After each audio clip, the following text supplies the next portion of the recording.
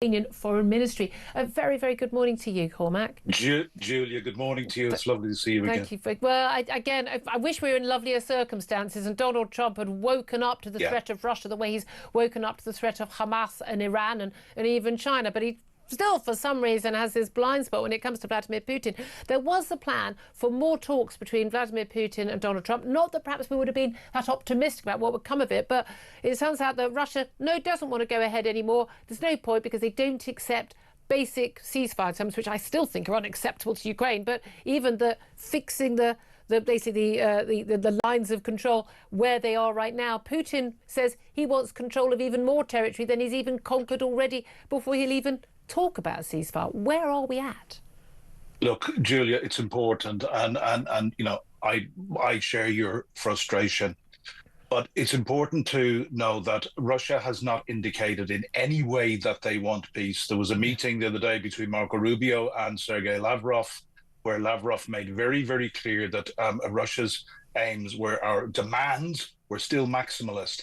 Now, something that people need to understand is this 25% of the Donetsk Oblast, which Putin does not hold. Ukraine still holds it, and Putin says that he wants that as part of any peace negotiation. He is saying that there must be a peace agreement in place before there is a ceasefire. This goes against all norms of peace negotiation. But what's important to recognize, that 25% of Donetsk is heavily fortified.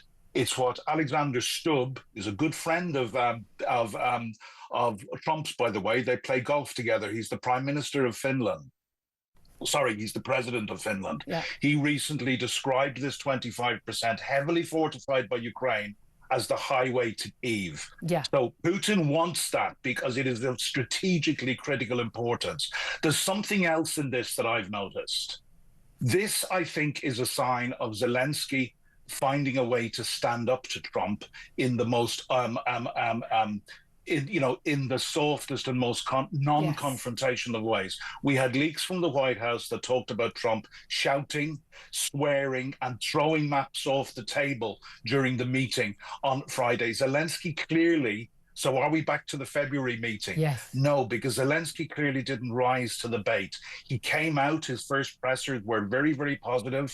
You know, he talked about, yes, we haven't got the missiles yet, the Tomahawks, but it's still on the table. Yeah. So I think, we also heard from that meeting that Witkoff, had pressured Zelensky very, very heavily to accept Putin's terms. These are terms, giving up that 25% of Donetsk, these are terms Ukraine can never accept. It's basically conceding the right, and also, especially given that we haven't got the proper guarantees that they've been asking for, this basically would be giving up the whole of Ukraine to Putin. Here's the thing, it did look like Putin was willing to talk when there was the possibility, casually mentioned by Donald Trump, we may well give these long-range missiles to Ukraine. I mean, we've had missiles provided by us being used on Russian territory already. We know the only thing that Putin's going to respond to is basically the reality that you're going to lose.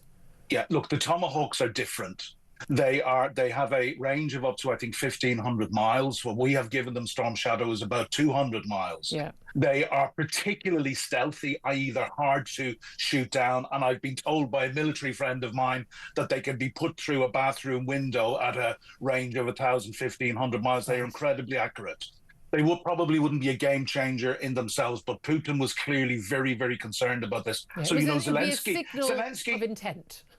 Yeah, Zelensky came out the other day and he said, when Tomahawks are taken off the table, then Putin loses interest in diplomacy. When the Tomahawks were on the table and it looked like Trump was going to give Tomahawks, suddenly Putin wanted to talk. Okay. Trump has rolled back on that. He hasn't said no, but he's rolled back on it. So Putin becomes more maximalist. Yeah. As you said, when are we going to learn? Yeah, and once again, we've got the European nations in NATO very strongly backing Zelensky. We've got, the NATO racing over to Washington to try and sort of, basically, talk about the 12-point peace plan that they've got.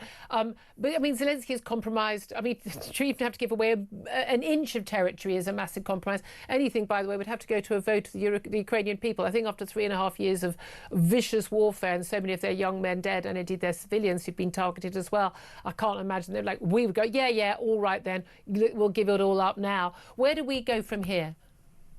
Well, look, I believe and this is horrible. This is realpolitik, but I believe where Zelensky probably is, and even if it went to a vote, the Ukrainian people would be freezing the conflict along the current lines. This is what Putin absolutely refuses to do.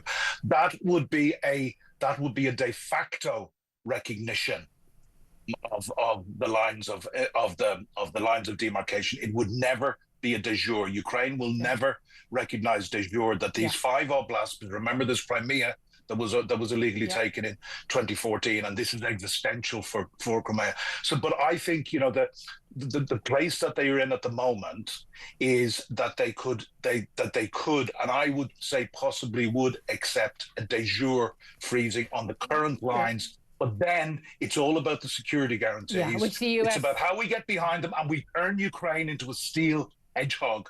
And also what is left, the 80% of Ukraine that's left, if we look at what happened with West Germany after that was divided in 1945, with the support of the West Germany became one of the world's economic powerhouses. And with the social capital and the resources that they have in and under their black soil, Ukraine is a sleeping giant. Exactly, and a huge nation. It could be a huge asset, joining the EU and all of that. Yeah, Cormac, really good to talk to you, a former advisor to the Ukrainian Foreign Ministry. Thank you so much, really appreciate that. I'd love to hear your thoughts.